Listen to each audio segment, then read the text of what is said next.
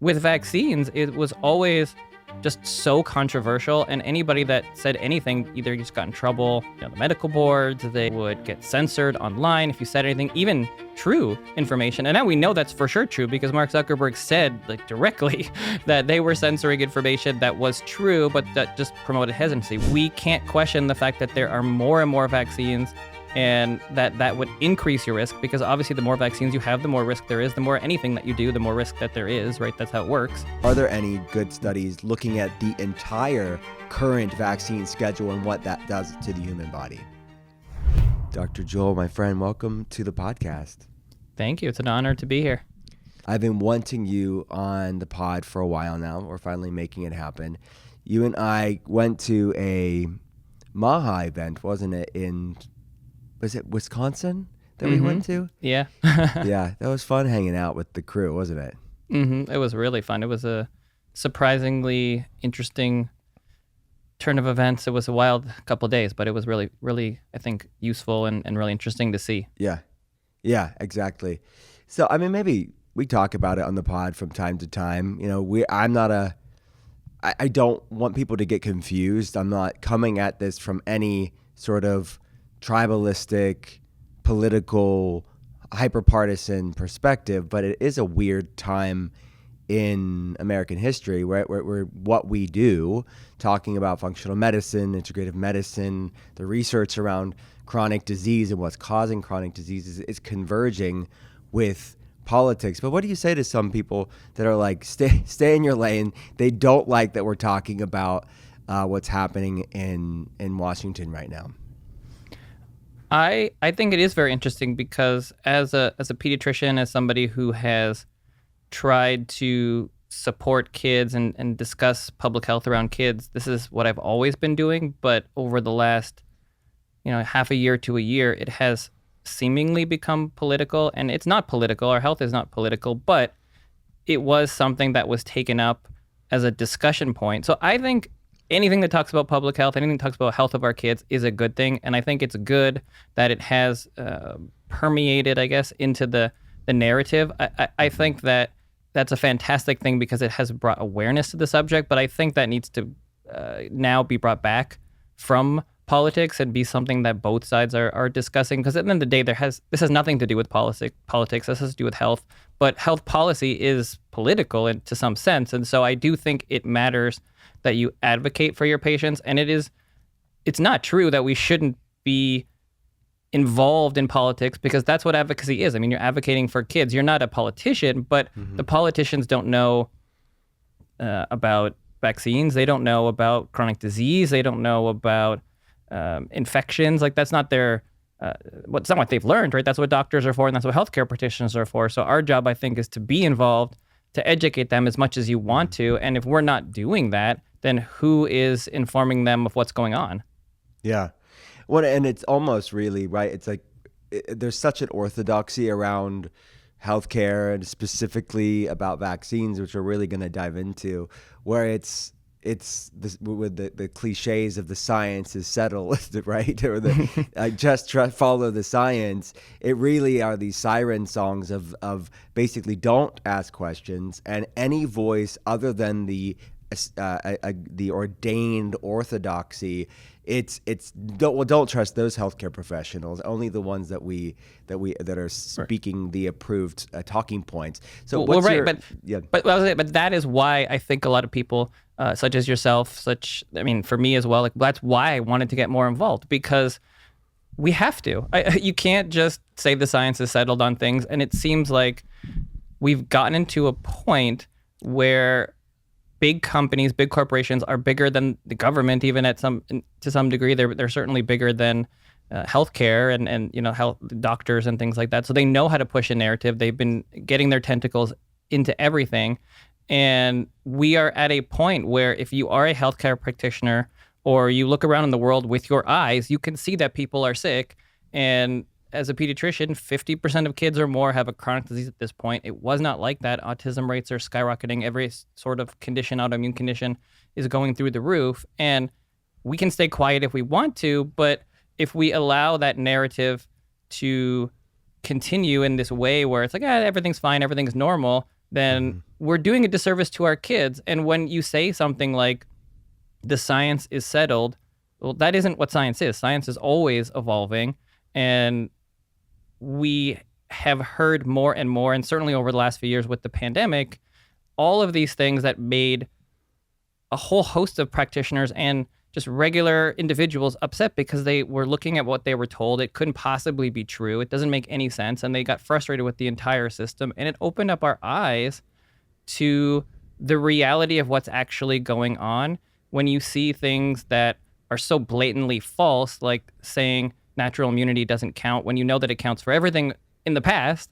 Then that, makes you wonder if you say something like safe and effective, that doesn't make any sense if something is new. You could say, well, based on the research that we have, the benefits seem to outweigh the risks that we know in the short term. That's a reasonable thing to say. I think that's okay. Something's new, you don't know the long-term risks. But when something is just parroted over and over again, it gets you to the point where you have to do something about it. You feel frustrated. And that is one of the big reasons why I wrote a book about vaccines, because I got to the point where I was just so frustrated that as a doctor, I couldn't talk about this. I'm not against vaccines. I think that's ridiculous, like anti-vax, pro-vax. I mean, we're not anti or pro things per se. We want the safest possible products. We want the healthiest possible kids, and we have to be able to have a discussion about vaccines. We can't just silence anybody that says anything. Yeah, well said. So was that a wake-up call for you? I mean, you're a conventional doctor by training. Were you always naturally curious and asking questions and prone to being independent thinking, or was that, as it was for many people in 2020, was this big awakening of this isn't adding up? I would say I've always been a curious person, but I wasn't particularly naturally minded. I would say the first big catalyst was meeting my now wife during residency. She is very holistic minded and grew up in that sort of family where they were not going to doctors as much and were into supplements and eating healthy. And so living, with her and seeing how much better I felt eating healthier food, all these things over the last 10, 20 years have really led me to understand a lot more about how this is important, and that led me to start learning functional medicine and integrative medicine. I'm not against Western medicine. I just started learning about this stuff, and it was like, yeah, obviously makes sense. Why shouldn't we be balancing the best of both worlds?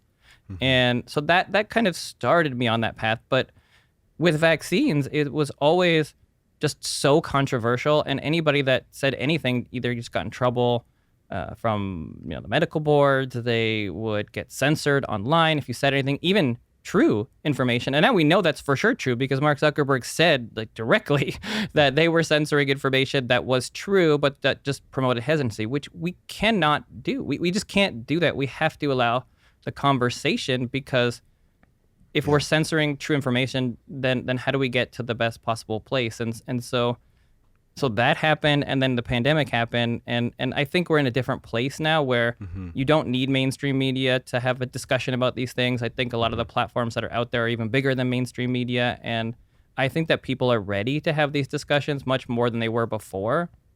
So I have jumped into this because I feel like I just can't avoid this anymore. I would go on a podcast, say I'll talk about anything but not vaccines, right? And that's what I did up until this year, because it just was so polarizing that you just couldn't do it, or I guess you could, but it would just get shut down anyways. Yeah. So where do you think that sort of religious zealotry happened when it comes to vaccines, right? Because everybody knows, I mean, when we question big pharma, right? It was the right and the left. If you were pretty much in the know of how corporations work in our system, it wasn't conspiratorial to say that big pharma had some massive conflicts of interest at the very least.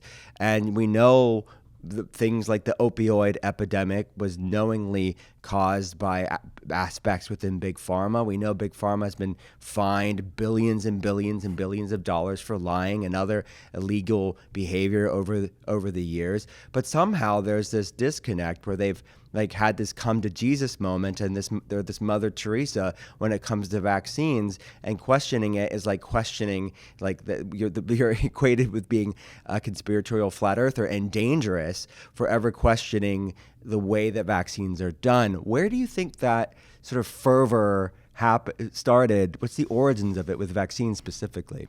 Yeah, it's a great question, and there is no reason, first of all, that you should, as a parent or a mom or just anybody, feel like you're crazy or conspiratorial for questioning a product, especially something that you're giving to your kids multiple times over your life. Like, a good parent would have questions and would be concerned. So it is really shocking if you step back and you look at it from that standpoint, that we are where we are, because it's not unreasonable to question things. I think it's been a slow progression to this point. I think certainly when you go back into history, you can see how the pharmaceutical companies have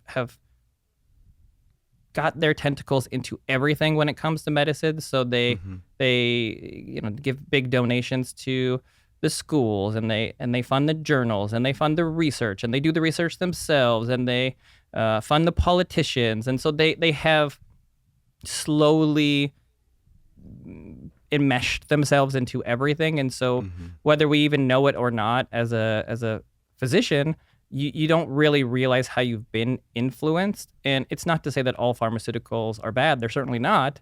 Yeah. But we just don't think about these things. And I said in the book, I kind of made the joke. It's like, you don't go to med school and get Why Not to Trust Pharma 101, right? Like, you don't hear that course. You don't learn about vaccine safety. And now that I'm thinking back to my own training, you really don't get training in that, right? You learn about the vaccines, you learn about the diseases, you learn about the schedule, but you don't learn about safety because you're not really thinking about it. Just like, here's what you do, these are great, and here's where that goes. And there is a study that I found when I was doing the research that's a really good study of residency directors, and it shows that they said that 60% of the residency programs don't have any vaccine safety discussion whatsoever. And I went to a very good program, and so I just think it's not a part of the thought process there. And now we have gotten to this point where over the last maybe 20, 30 years, since probably around when Andrew Wakefield came up with his study, there's a movement and a push backwards in terms of, anti-vax or whatever you want to call it.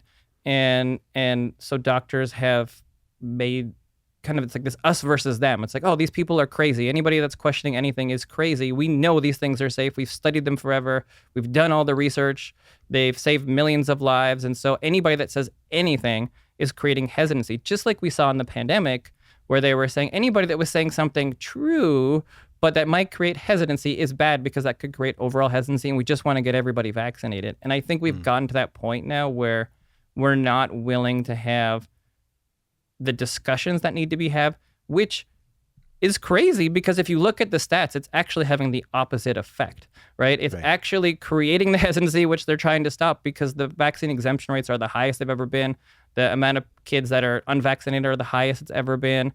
The trust in medicine is the lowest it's ever been. It was 70% in major studies before the pandemic in 2020. Now it's at like 40% in most studies. So doctors are not trusted anymore, and that's crazy. And I think it's like that sort of nuance and context around people like your and I's position is either being labeled pejoratively or over reductively as anti-vax versus having this sort of both and approach. And like, of course, knowing history, you could say historically vaccines have saved lives and have been a beneficial part of humanity without a doubt. And we have a system that has devolved into sort of this metastatic conflict of interest, right? This massive problem. So can you talk about the level, like the amount of vaccines that kids get now versus historically? What has that number grown to and from? And it's changed a lot. And as you pointed out perfectly, it's not either or. It's not that a vaccine can't be beneficial and also have risks, or that we can't question the fact that there are more and more vaccines and that would increase your risk, because obviously the more vaccines you have, the more risk there is. The more anything that you do, the more risk that there is, right? That's how it works. So you used to have just a few, and even when we were kids, right? there were just a few, and now there are many, many more. So you've added a lot in just the last 20, 30 years, going from, depending on what you're getting, but 5 or 6 vaccines you might have been getting now to you're getting, if you're looking at antigens, like 80 to 100 antigens, or you might be getting 20, 30 pokes over the first few years. It's a lot more. And a reasonable parent is going to say, should I be concerned that my child is getting 20 vaccines in the first year or two? Modern science, the research would say, no, you can get as many antigens as you want. It's totally fine. You can get 10,000 vaccines. It's not going to do anything to you. But the concerned parent or someone who's looking at the ingredients in there is going to say, well, is there not some risk there? Should we not be talking about this? Should we not be researching this? Because they're certainly not researching it in the best possible way. Obviously, so one of the things that I think is really important is being specific. And sometimes people like RFK or other people are not specific when they talk about some of the safety stuff. And I think it is really key, because you hear people say, oh, they haven't been safety tested. No, they have. Every vaccine that's hitting the market has been extensively safety tested. They absolutely have. They go through all sorts of rounds of safety testing. The real question is, are they safety tested in the most optimal way? Most of them are not tested against an inert placebo, meaning like salt water. They're tested against other vaccines. And they're only tested for a certain amount of time. So usually it's a couple weeks, maybe a couple of months at most, maybe a year, but usually it's not more than a couple of months. And when we're talking about a lot of these chronic conditions and chronic disease, these are things that develop over years.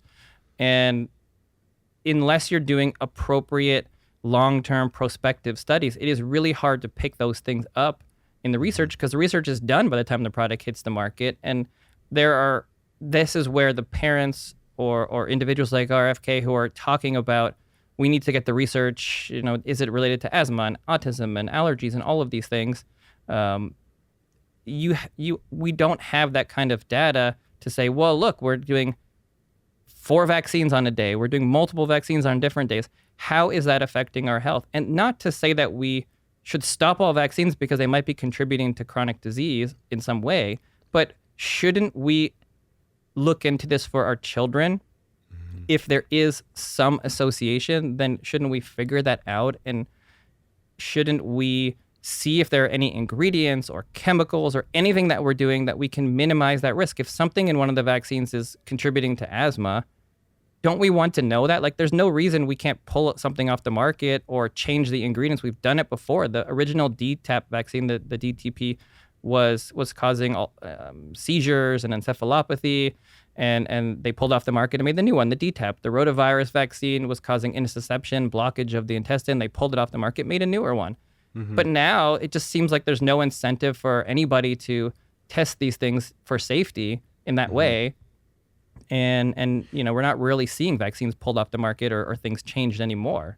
Why isn't there more inert placebo-controlled trials? Why isn't that sort of better standard study being done, these foundational safety studies?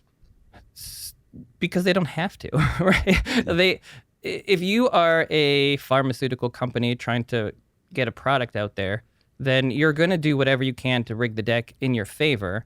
And so why would you study it against an inert placebo when you can study it against another vaccine? You can minimize the risks that you show based on that. Now, if you're studying new vaccines with things that are already on the market, there's the ethical debate of, well, we can't not give these children the vaccine that's on the market because then we're not protecting them. So we have to give them at least what's on the market and we can compare it to the new one.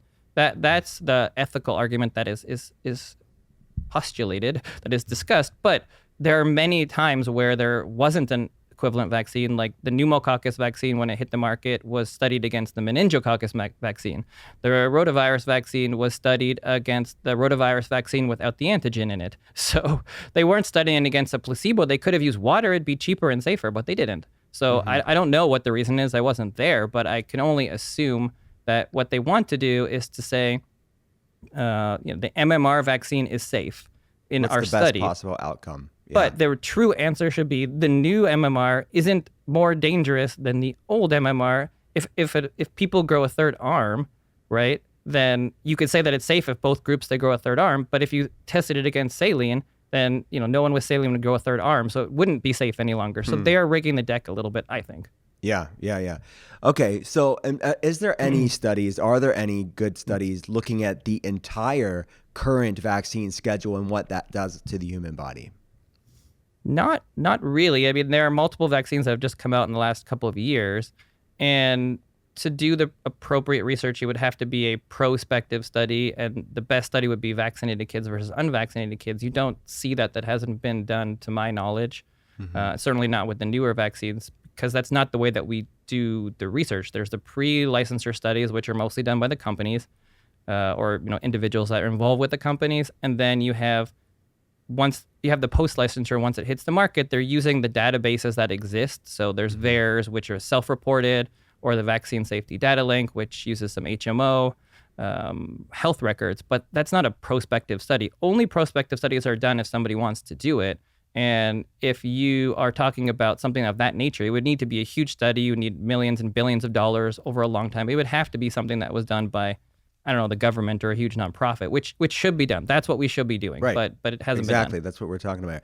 Because to me, in my mind, if we're looking at the number of like a handful to 70, 80, whatever shots that we're getting now, it would make sense to look at not just necessarily single vaccines, which again, we just talked about. There can be improvement in that data too, and transparency in that data.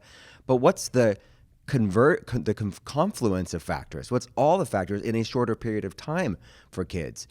You mentioned 20 or so shots in the first year. Why isn't that study being done? I mean, to look at the entourage effect at everything when it comes to the human immune system. I mean, the question is who's going to do it, right? I think that's where we have to go back and look at it, because a company is never going to do it. Why would they want to do a study that might show problems, right? So there's no benefit to them.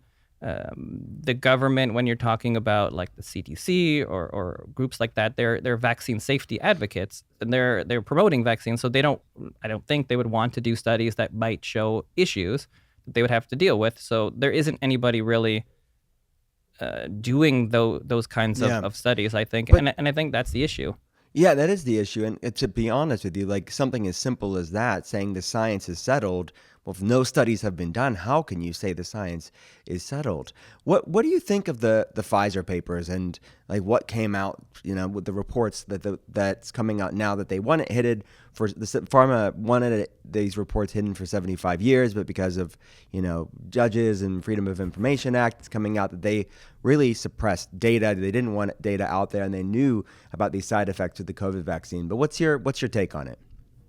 I mean, I would say, duh, right? Like, why would they want to get information out there that they don't have to? Everything was done so quickly, and I mean, some of that's good, right? We got stuff out quickly, I guess, in a way that if you're in a pandemic, that could be good. I think the bad part of everything with the pandemic, really, to me, is that anything was forced, right? I think that when you're in an emergency, you're going to have the best information that you have, and so you're not going to have all the information, and things should be made available for those that want it. I think that's fine.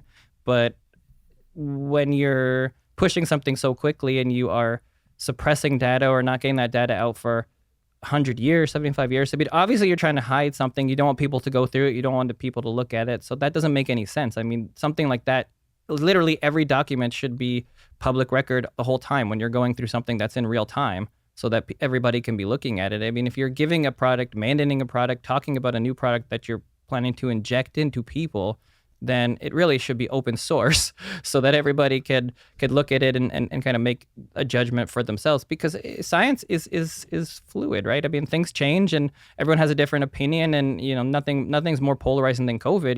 You look at one article and you're like, oh, the COVID vaccine saved millions of lives and saved us trillions of dollars. And then you look at the next vaccine, the next document, and you're like, the vaccine's the worst thing ever and it should be pulled from the market and it's killed millions of people. And so, it depends on the angle that you have. But either way, at the end of the day, when you're talking about the science is settled, it's just such a crazy thing to say. And nothing is more crazy than autism and science is settled, because I don't know if you want to get into it. Yeah, but I do. Okay. So before we jump into autism real fast, can I ask like your distinction and your perspective on the mRNA vaccine specifically, because I know most people, a lot of people out there were generally fully vaccinated people, but really it was, again, COVID that kind of woke them up. And they personally had a lot of hesitancy around the mRNA vaccine. And as you mentioned, I agree with you, a lot of it was a sort of Orwellian sort of forced on us. It really got a lot of people questioning it. But what is your take on the mRNA technology versus traditional vaccines, if you will? It's a new technology, and just like any new technology, I think we should be reasonably skeptical of how well it's going to work and what side effects it may or may not have, especially things that are long-term that we don't know. And I think also you have to take into account the disease or the infection or whatever it's being used for, because if you're fighting against something like Ebola where most people die, that's very different than the common cold.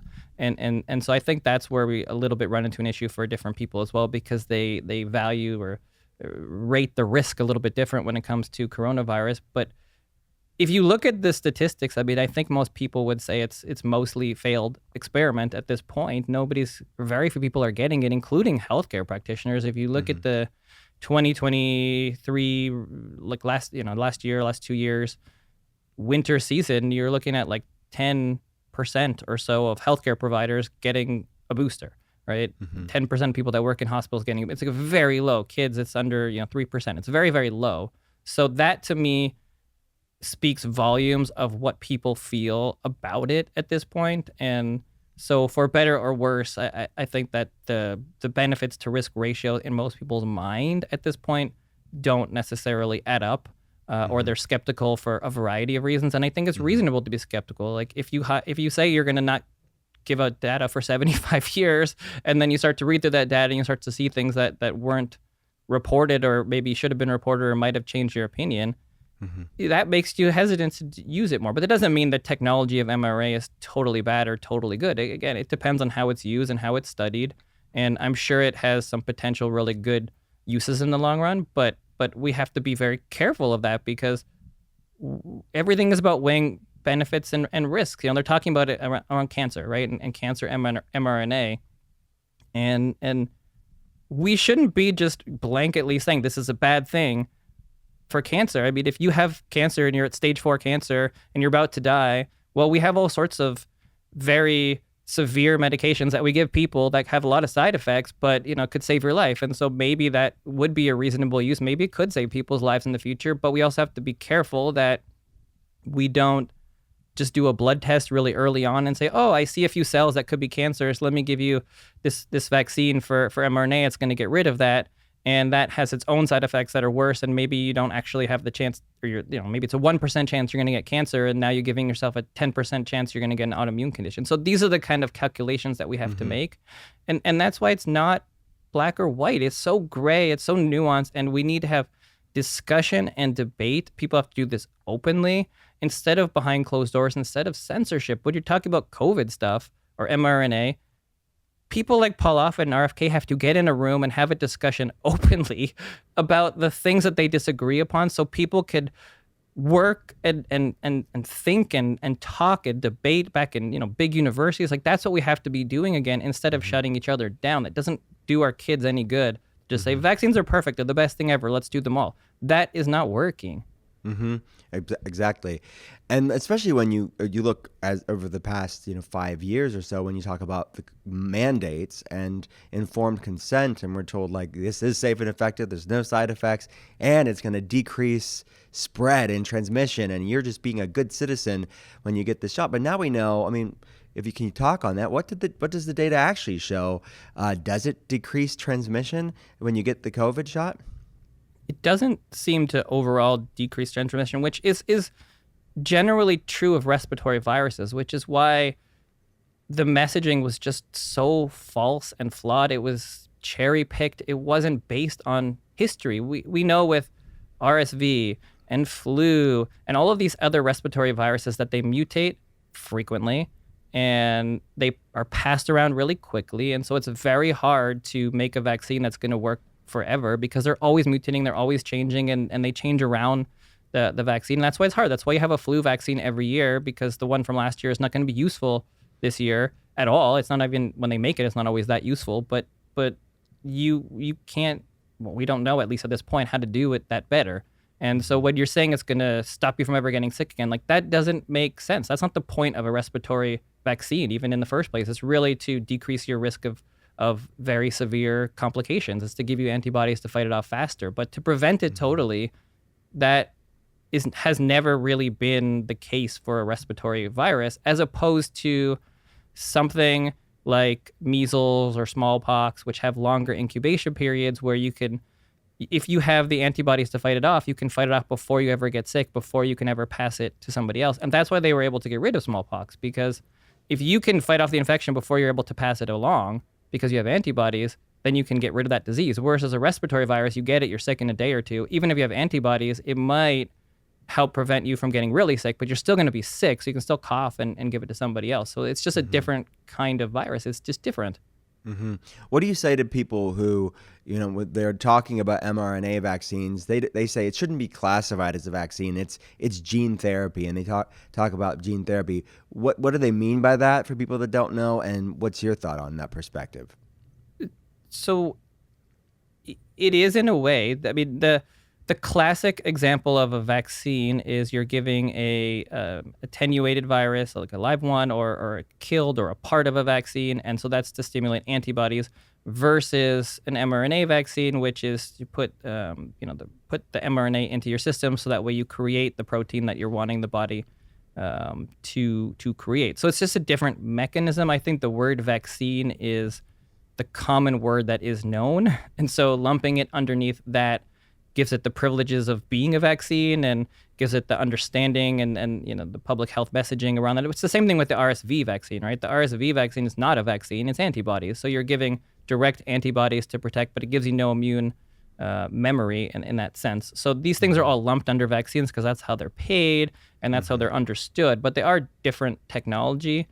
And so theoretically, the mRNA vaccines are not supposed to be gene therapy in the sense that you're changing your genes. But that's also some of the controversy these days, where some people say, oh, maybe it does. That's not what the research shows, but that there is a lot of concern that maybe it's doing what we didn't expect it to do.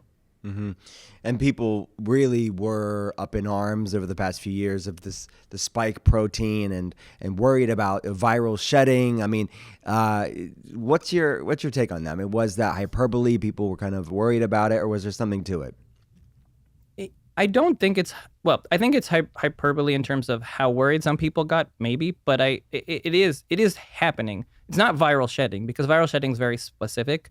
Viral shedding is you get a live virus vaccine, and then you're shedding that virus. So the classic example is polio. So you get the oral polio vaccine, which we don't do anymore because it can shed. It can actually mutate in your body, and you can excrete it out and give other people polio, which happens every now and again, not very commonly, but 1 in 2 million doses of oral polio can actually give other people polio. And so that's why we stopped using it, because you're shedding the actual disease.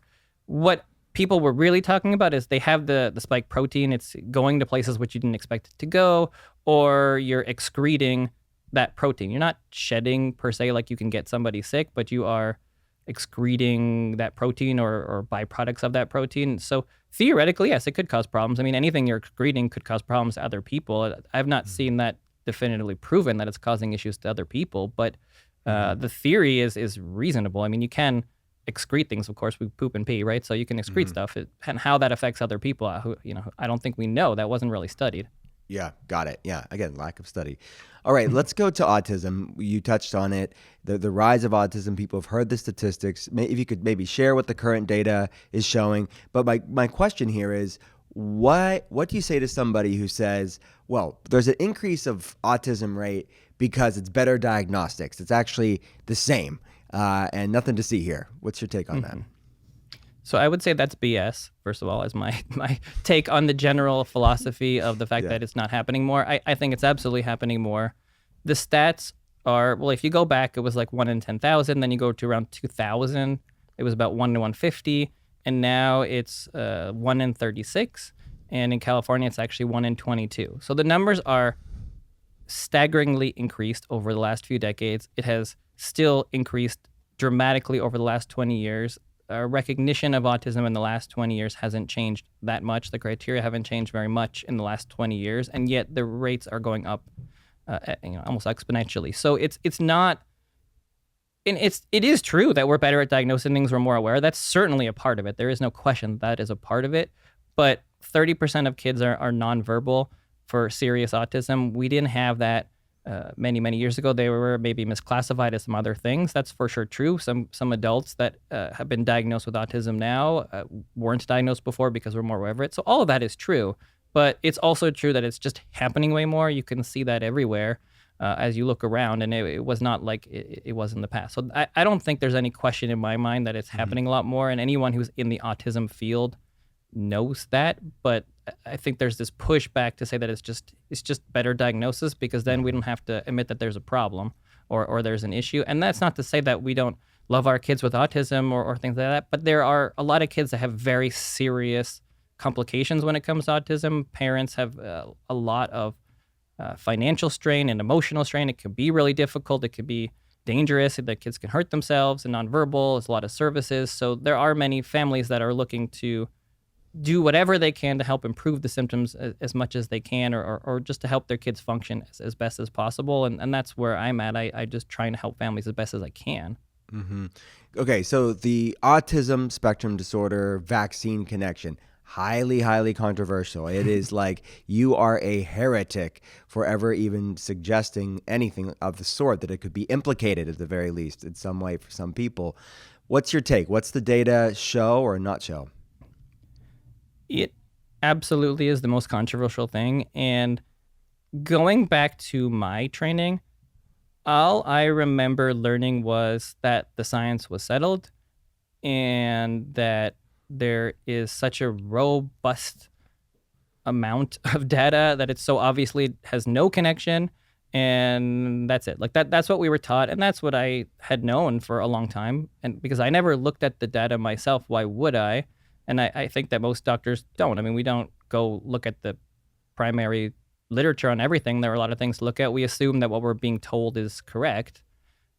But when I did the research for this book, and my goal with the book, again, is not to tell people what to do. I never tell people what to do. I want to give informed consent and kind of provide information. And I just assumed when I was going to be working on that section that I would be providing a good insight into both sides, kind of the pros and the cons and what's out there in the information, but ultimately showing how there's all this, all these big studies, all this research that shows that vaccines don't cause autism, and here's why that is said. And the reality when you jump into it is that it actually doesn't exist. Like, it's insane. I have never been more shocked in my life at what I did not find. I couldn't believe it. I thought I was doing something wrong, and I have a pretty good background in research. I have a master's in epidemiology. I've done a literature review before, so I have a pretty good understanding of how to do a literature review, and I couldn't find what I was looking for when I started going through the data. I looked through a couple of reviews that were there, and still didn't really find anything that was answering my questions. So I read a few books on autism and vaccines, like Paul Offit's book and Peter Hotez's book. And on that question, do vaccines cause autism? The answer is we don't know. There isn't research to show on either side. What there are studies on thimerosal, which is the mercury component of vaccines, which isn't even in vaccines anymore. So none of that research is overly important at this point.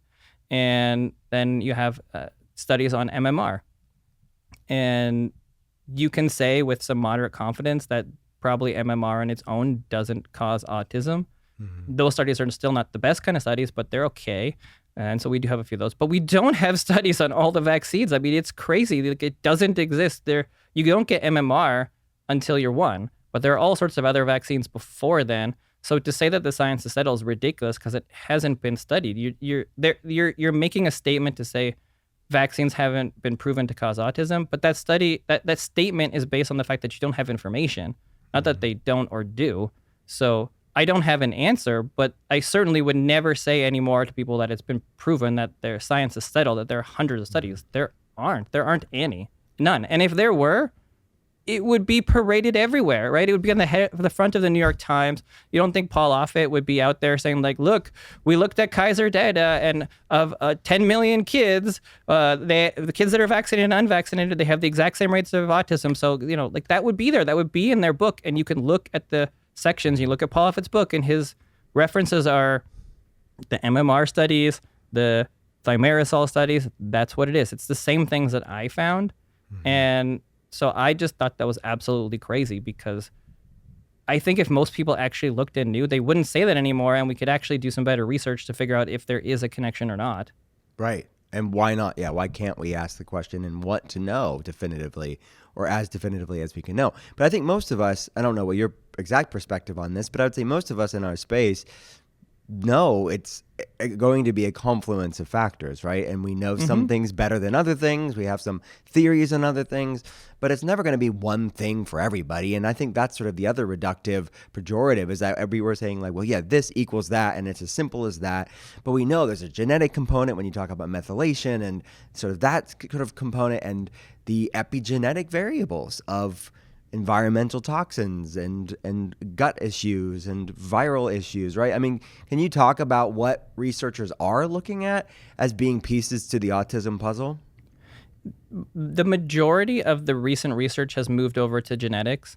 So there does seem to be a number of genetic markers that influence or are related to that. There is some research around it having to do with prenatal insults, maybe it's to do with brain insults, infection, toxins. There's a lot of research around toxins and chemicals these days, though nothing's really been proven. But there's studies, if you live closer to a highway, you have an increased risk. There are certainly studies that show that older parents have an increased risk. So these are the bigger risk factors that are discussed. And yeah, just like you said, I think it is many, many things. I think autism is many things. I think that's the first mistake that we made. I don't think that autism is just one thing. It's a clinical diagnosis based on a bunch of symptoms that we kind of clump together so we can get services. But there are probably kids that we call autism that have a genetic insult. There are probably kids that have autism that were exposed to some toxin, maybe some infection, maybe some environmental trigger. I think it's all sorts of different things that we're lumping into one. And that is why when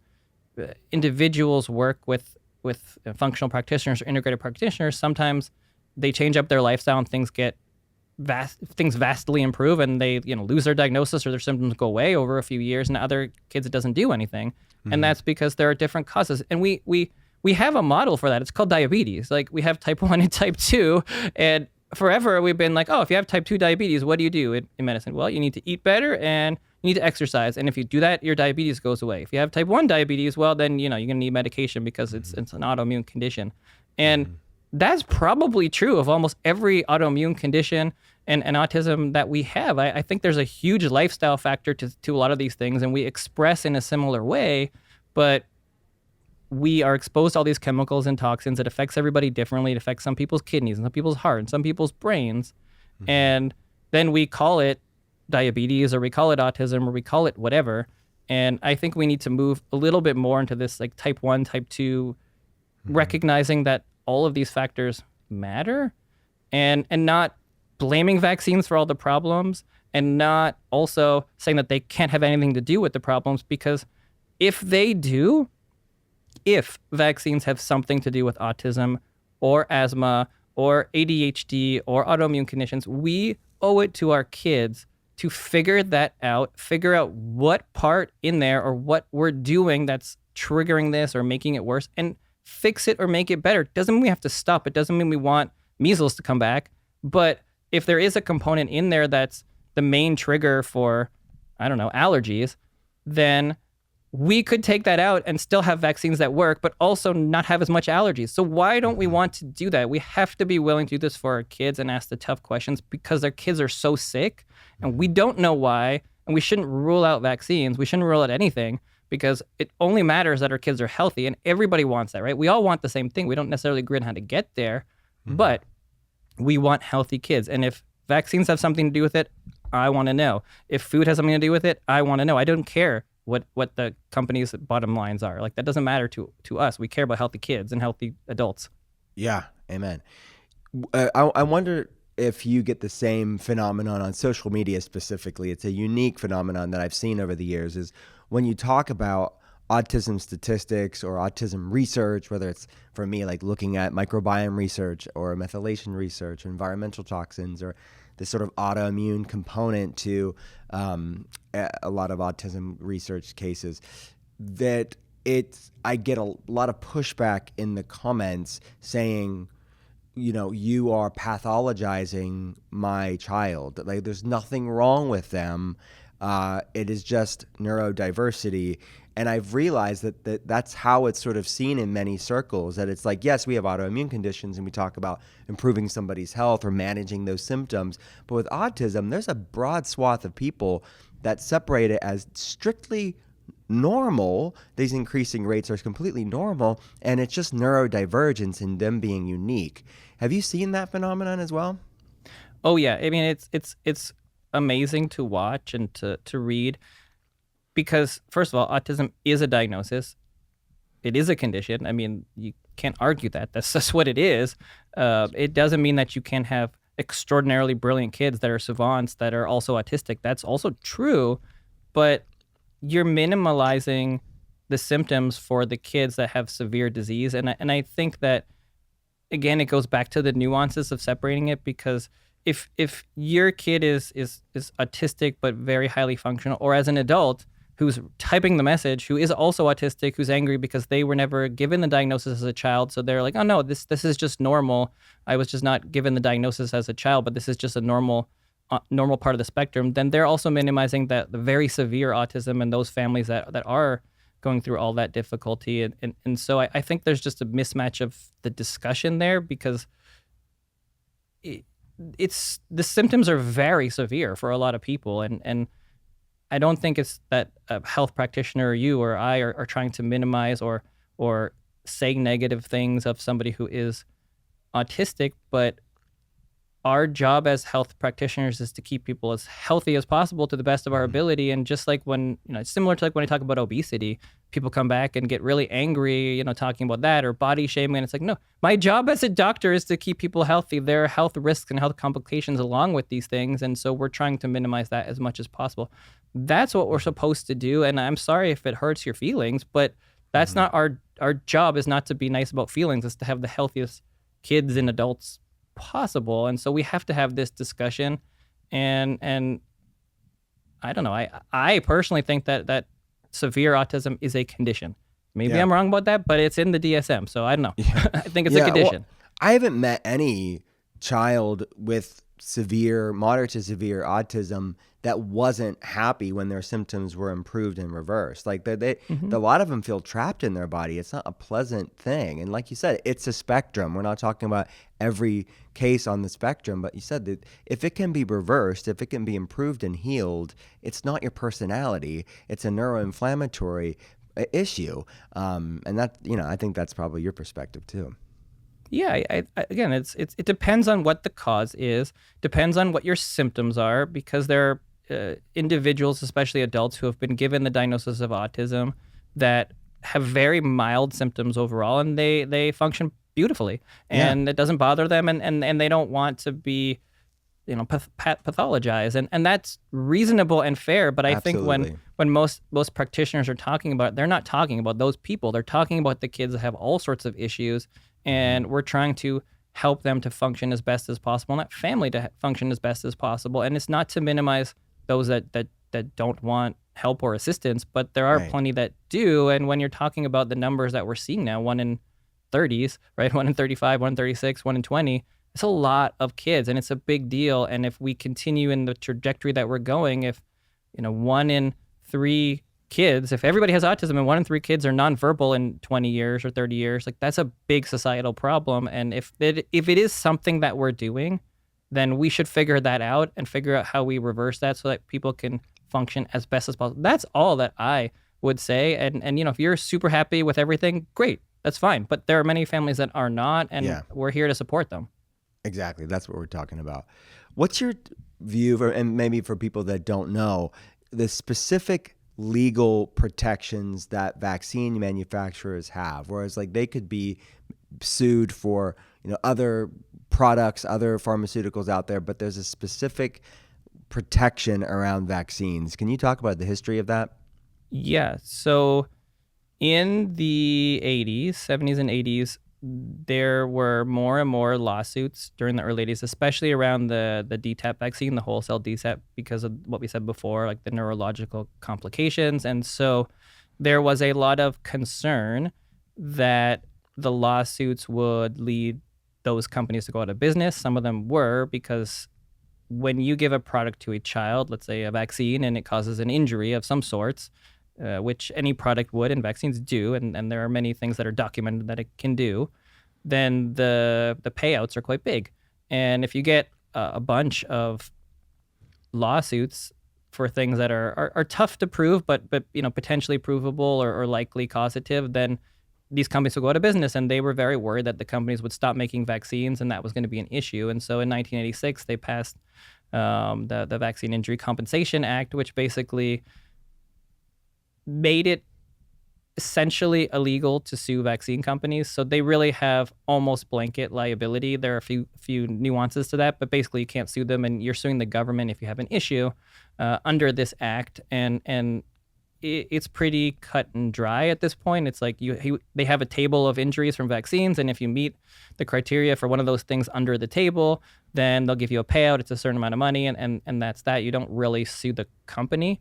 And they really have liability from that, and there have been several $1 billion paid out over the 30, 40 years that they've had that, and that's where we are today. They have even more protection when it was an emergency use authorization above and beyond that, but the regular vaccines are on this schedule, and the only way for you to be able to go after or even go after anything from the act is to sue for something that we know there's a cause and effect relationship. So you have to prove that.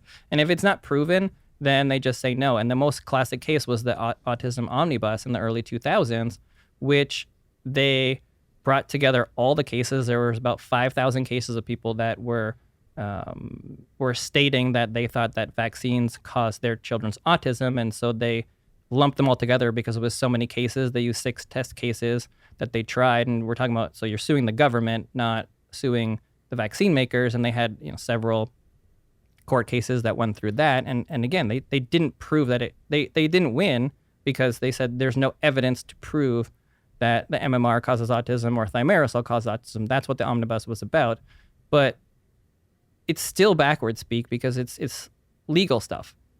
And that's been used to kind of prove, oh, well, vaccines don't cause autism. But they're looking to say, do we have the evidence to prove that vaccines cause autism? But it's correct. They didn't have that evidence. They didn't have evidence to say that it did because they didn't have that. So you can't say it. That doesn't mean that vaccines couldn't cause autism. They don't have the evidence to prove that it does. It's a difference. It's a subtle difference, but it's a huge difference. And the wording matters because a lot of these things have been used over the years to say the science is settled when it's not true. Because if you look at anything else, if you go back in time, you could have done the same thing. You could have sued cigarette companies for smoking, and doctors were giving out cigarettes, right? And these are good for your health. And if you sued them before we had more information, then they would say, no, smoking doesn't cause autism. We know that. There's no proof that smoking causes autism. No, we know that opioids don't cause addiction. They're not addictive. We know that, right? These are things that you know.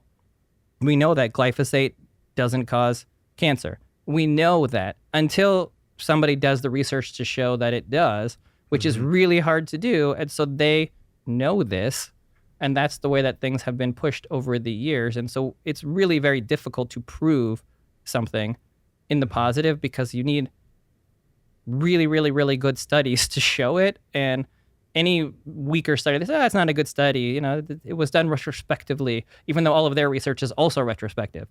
Mm-hmm. Right. If it fits the agenda, they'll use it. But if not, they'll delegitimize it. Well said, Mike. That was so eloquent. Thank you for that explanation. What's your thoughts on, you hear reports anecdotally from parents with SIDS and vaccines? Another controversial topic, but let's go there. It is another very controversial topic because, of course, it's a very heartfelt topic. I mean, a baby dying is a big deal. It's heartbreaking. And you want to figure out why. You want to know why. And by definition, SIDS is death without a known cause. And I think SIDS is an interesting case because there is actually more research on SIDS, and it doesn't seem, at least at this point, that vaccines are a major contributor to SIDS. And I think that is reasonable because for the majority of the other things that we're talking about, whether you're talking about autism, chronic disease, if you're thinking about vaccines, because there are more vaccines and we're doing them more, that they have increased the risk for autism and they've increased the risk for all these chronic diseases. Well, SIDS doesn't actually make sense then because SIDS rates have gone down, right? So SIDS rates have gone down a lot over the last 20 years. So if you were thinking that the more vaccines that we're doing, you would think there would be more cases of SIDS, and that's not the case. So that doesn't mean that a vaccine could never contribute or cause a death. It probably does. I mean, everything would. I don't see why that wouldn't make sense, but it doesn't seem to be the primary driver. And it is a very tough thing because there are 1,000 to 2,000 deaths or so a year from SIDS, and by nature of that many deaths, there are going to be some kids that are going to get a vaccine on a certain day, and that kid's going to die from SIDS later that day, and it has nothing to do with the vaccine. Just like you get a vaccine today, you get a heart attack this afternoon, you should look into the vaccine because it happened, but it doesn't mean it's the reason. And there is a great story that I use as an illustrate of this. There was a parent who had a 2-month-old, they were sleep deprived, they had their doctor's appointment, they missed it. So the mom took the baby in the next day. First thing, she just tried to walk in to see if she could get her vaccines. And it was going to be a 1 or 2 hour wait because it was the middle of the winter. And so she decided, I'm not going to wait 2 hours in a room with sick people with my baby. I'll come back next week. I'll get the vaccines. Later that day, mom put the baby to bed, and the baby tragically died and eventually was ruled as SIDS because they didn't know why. If that kid had got those vaccines that morning, nothing you would say to that mom or to me or to you or to most people that are caring people would say the vaccines don't have anything to do with that. You would think that they would. And we know that it didn't have anything to do with it because they never got vaccines on that day. But that's the tough part with something like SIDS and with vaccines is you can correlate something that isn't actually the cause.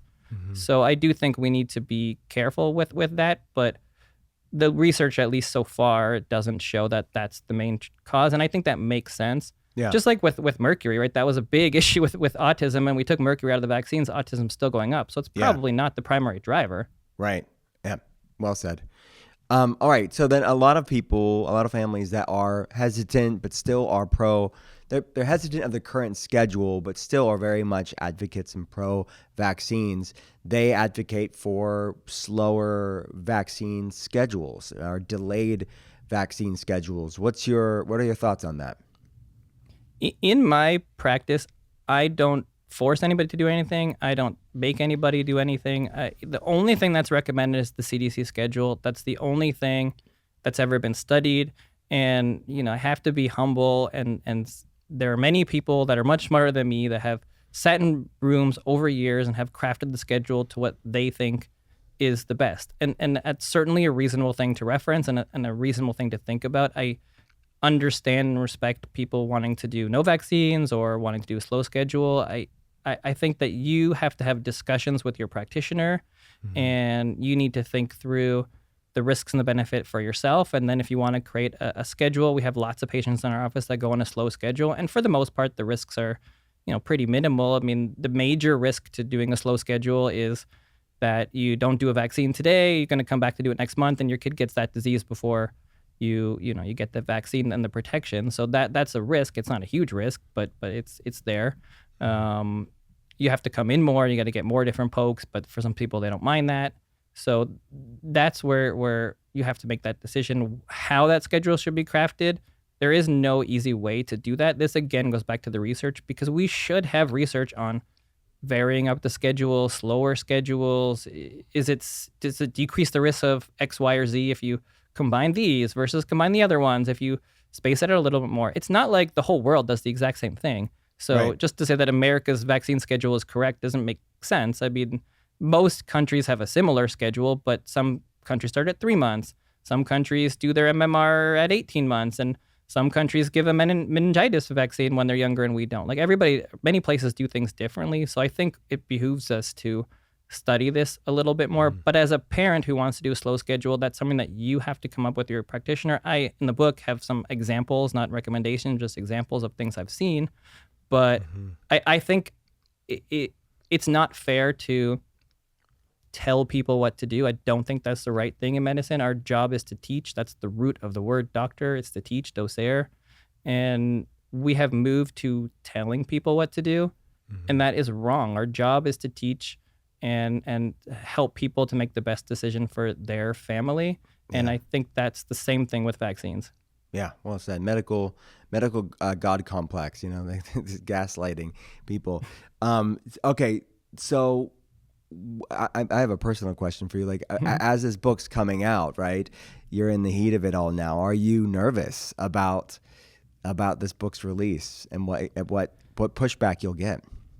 I'm not overly nervous about getting pushback because I know I will. So, I mean, You're nervous prepared. in general, sure, maybe a little bit. I kind of have a pretty decent idea of what's going to happen. But if you talk about vaccines, then there is no way for it not to cause a ruckus because you piss off people no matter what you do.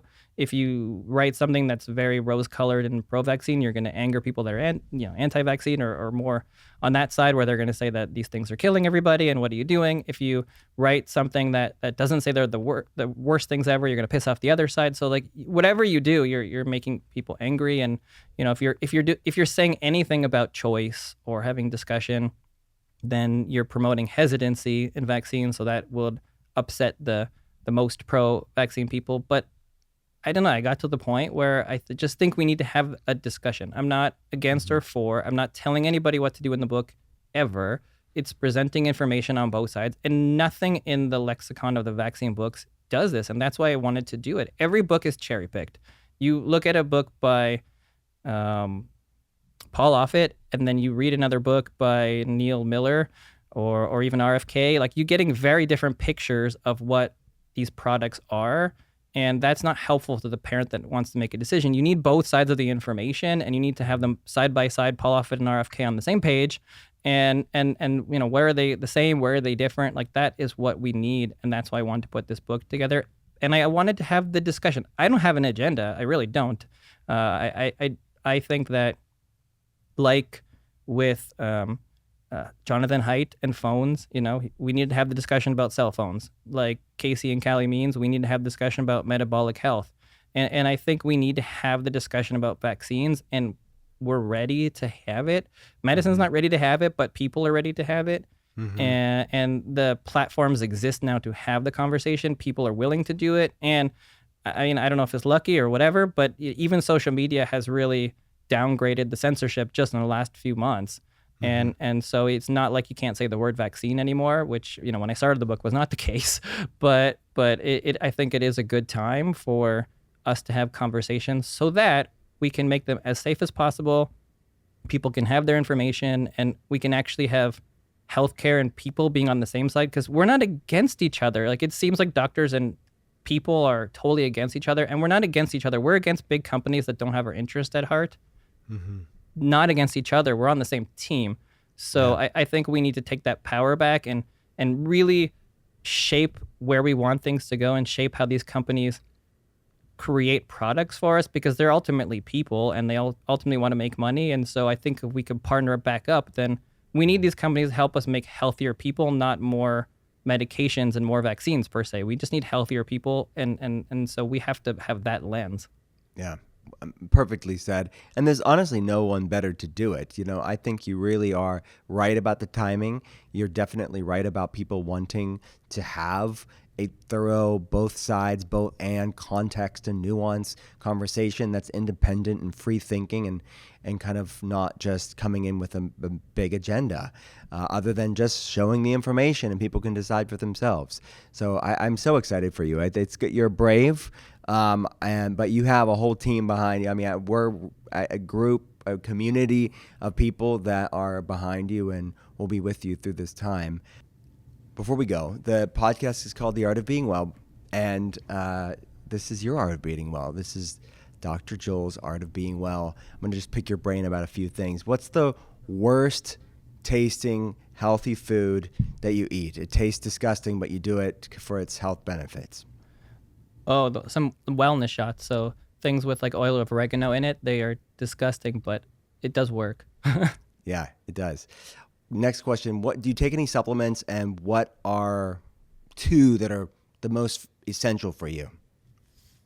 I don't always take supplements, but magnesium's really helpful for calming for me. Sometimes a multi and vitamin D. Do you have a favorite restaurant, and if you're when you're there, what do you order? Favorite restaurant, I would say Bavel in Los Angeles and the lamb neck shawarma and hummus. Yum. Sounds amazing. What's somewhere that you haven't been to but that's on your bucket list? Egypt, seeing the pyramids, that'd be cool. Yeah. What's somewhere you have been that should be on other people's bucket list? Croatia, it's a pretty amazing place. It's on my bucket list for sure. Thank you for and reminding me. I need to get it there. Get there. All right. Next question is: what's a book that you've read? It could be fiction or nonfiction that just was paradigm shifting. If we had a Art of Being Well book club. Paradigm shifting. So let me give you two. I would say The Moth and the Iron Lung and the story about polio. Very interesting, divergent story about where polio, the history came from. And then RFK's book with Anthony Fauci and just the discussion around HIV and that history and how much of that is true versus not true. I don't know. But for what you're asking, if something is paradigm shifting, just seeing things in a different light, I think that is very interesting. Yeah. My friend, where do people go to get the book and learn more about your work? So the book is Between a Shot and a Hard Place. You can get it on Amazon, or you can go to theshotbook.com, or you could find me on Instagram or X at Dr. Joel Gator. Joel, my friend, thanks for coming on. Thank you for having me on.